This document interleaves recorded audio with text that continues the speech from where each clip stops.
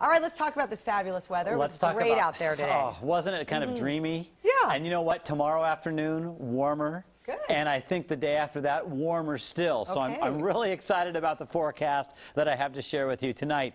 I wanted to show the sunset first, though. Did you see this? I mean, it looked like a summer sunset to me, kind of that orange color. And then after the sun went down, look at the light over the West Hills. That was beautiful. And if you think the valley was gorgeous, try Cannon Beach on for size today. Our Tolovana in camera. I mean, look at that near Haystack Rock.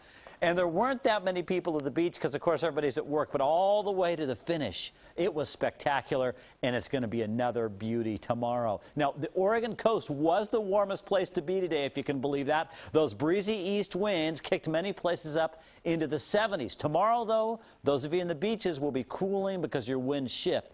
Inland areas will get warmer tomorrow. Now, tonight, we've got 51 degrees outside. It's kind of chilly out there, and it's because we don't have any clouds around to keep the heat in.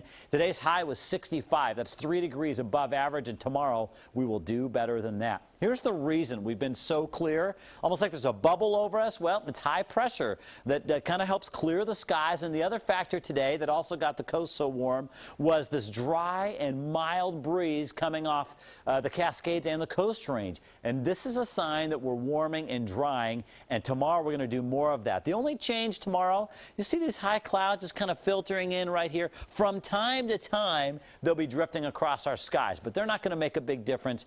It is going to be a mostly sunny day tomorrow. Now, here's 7 a.m., rain and cloudcast. You can see some of those high clouds painted on. One other thing I want to mention, to start the day here in the I-5 corridor, some of us may actually have frost. If we don't have the winds overnight at your house, you'll get down near the frost zone overnight. Then we go through the day tomorrow. It's beautiful. A couple of those high clouds, that is it. Now let's talk about Wednesday. This will be our warmest day of the week. No clouds to start. It's gorgeous and sunny all day from the morning to the night. And that's going to allow us to warm up even more. So I'm excited about that part of the forecast, too. Mostly sunny at the coast tomorrow, but a little cooler because of northerly breeze. And meanwhile, in the valley, we'll kick it up to the low 70s after morning lows in the 30s. Central and eastern Oregon, some delays on the golf courses, but lots of sunshine, just some high clouds cruising overhead. Mostly sunny in the gorge and east wind blowing there. And Government Camp up to 54 with some high clouds at times.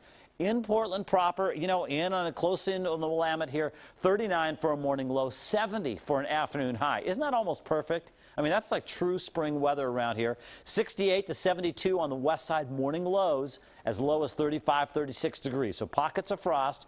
East siders, same thing for you. We'll see 30s for lows and around 70 for a high. And that's true up in Vancouver and Scappoose. So our day planner looks like this. By 8 a.m., we've already warmed into the 40s almost everywhere because the sun's pretty strong this time of year, and it's mostly sunny all day long. Wednesday, 74 for a high temperature.